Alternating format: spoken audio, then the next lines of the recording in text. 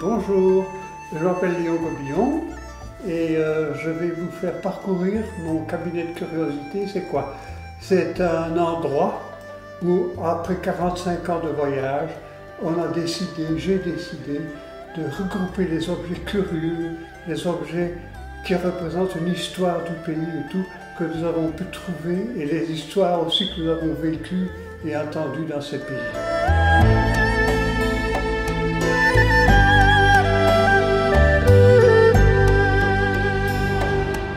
En Afrique du Sud, on est resté quand même passé une année. On a exploité tous les pays aux alentours et le Sénégal, ça c'est les pays d'Afrique qui nous sont intéressés et desquels on a ramené pas mal d'objets qui nous ont séduits, qui ont attiré notre curiosité, d'où le nom cabinet de curiosité qu'on a fait par hasard maintenant avec le confinement.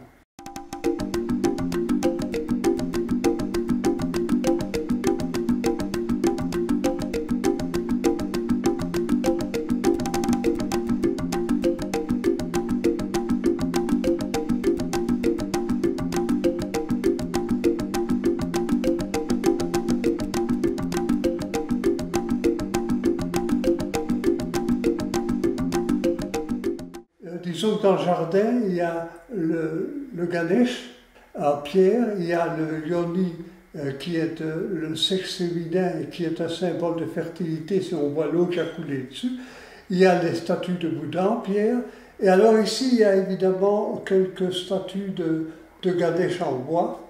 Pourquoi Ganesh? Ganesh, parmi les centaines de milliers de dieux que compte l'hindouisme, je crois que c'est le dieu le plus demandé, qui a le plus de succès. Pourquoi? Parce qu'il est vraiment sympathique, c'est le dieu qui porte chance. Par exemple, quand on inaugure un nouvel avion en Inde, il y a un brahman qui vient et qui dépose un petit Ganesh dans l'avion pour ne pas qu'il ait d'accident, pour que ça porte chance.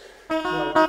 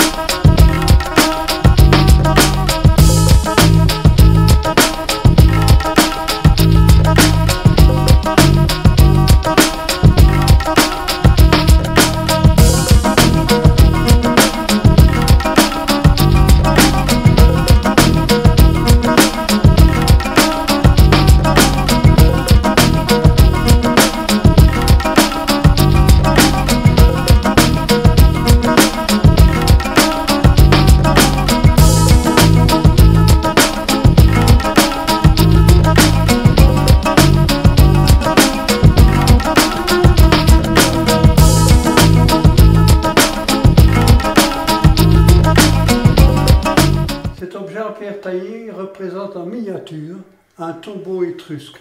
L'Étrurie était une région du centre de l'Italie où régnait une civilisation très développée, les Étrusques, et qui gênait beaucoup l'Empire romain qui commençait à naître et qui a tout détruit, sauf les tombeaux qui étaient en pierre, qui n'ont pas pu détruire. Donc des Étrusques, il ne reste que des tombeaux.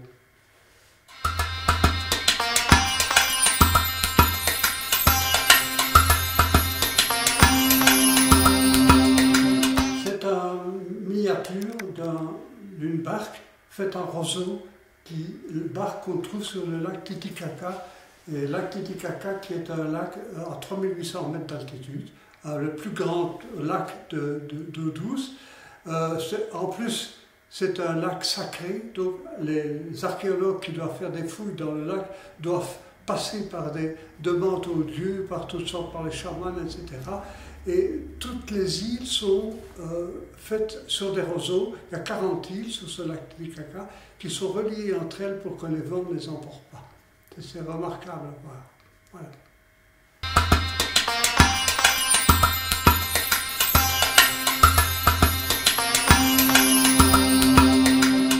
C'est du marionnette qui vient du théâtre d'ombre indonésien. Ça, c'était le wayang, ça veut dire théâtre d'ombre golek, et wayang kulit. Ça, c'est aussi théâtre d'ombre. On tient la marionnette comme ça et on agite ses bras.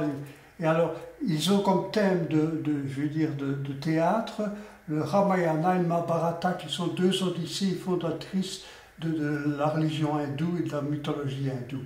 Et c'est ça qu'ils racontent derrière un rideau blanc avec la lumière derrière, ce théâtre d'ombre. Ils racontent toutes ces histoires.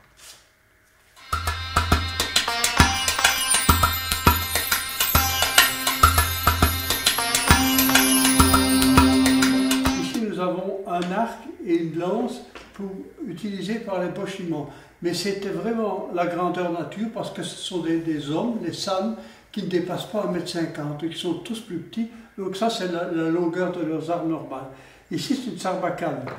Dans la forêt amazonienne au Pérou, où nous avons fait un séjour, nous avons visité un village, j'ai été invité à tirer avec une sarbacane, et j'ai eu la chance, ma flèche est allée se pointer sur un zizi en bois, et on m'en a fait cadeau. Voilà. Alors, ici, c'est un gong, si je puis dire, qui était dans les endroits de prière hindouistes ou bouddhistes, et où le fidèle qui venait visiter ces lieux signalait sa présence au Dieu en frappant sur nous nous en servons, nous, pour l'entrée de la maison. Voilà.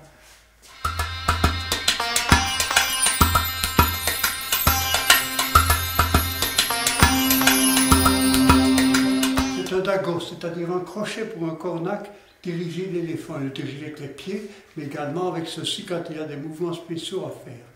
Alors, nous avons vécu une histoire incroyable. Nous avons fait un séjour d'une semaine en savane en Népal, avec des éléphants. Et il y avait une promenade d'éléphants qui était prévue, qui durait à peu près 2 heures. Et durant cette promenade, j'ai mes lunettes qui sont restées accrochées à un arbre en passant, et j'ai tombé. J'ai crié au cornac, my glasses, etc., etc. Il fait faire demi-tour à son éléphant, et l'éléphant est allé retrouver les lunettes dans le sentier et lui a rendu, et j'ai vu ses lunettes au sommet de sa trompe qui allait au cornac et qui me les rendait. C'est l'histoire. Donc cet éléphant, sous l'impulsion du cornac, retrouve des lunettes dans un sentier en forêt, comme ça, en métier de forêt. Ça, c'était une histoire incroyable. Voilà.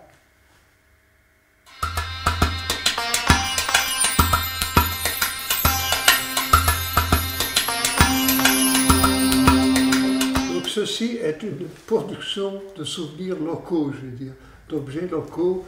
Par exemple, ici, nous avons une invention du docteur Aiguillet pour faire des lavements.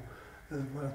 Ici, c'est un pulvérisateur, des lampes, des quinquets, dont un qui peut se mettre à la taille, et 2 lampes de mineur avec les numéros pour remettre dans la lampisterie de la mine, où le lampiste devait veiller à leur bon entretien et pour repartir.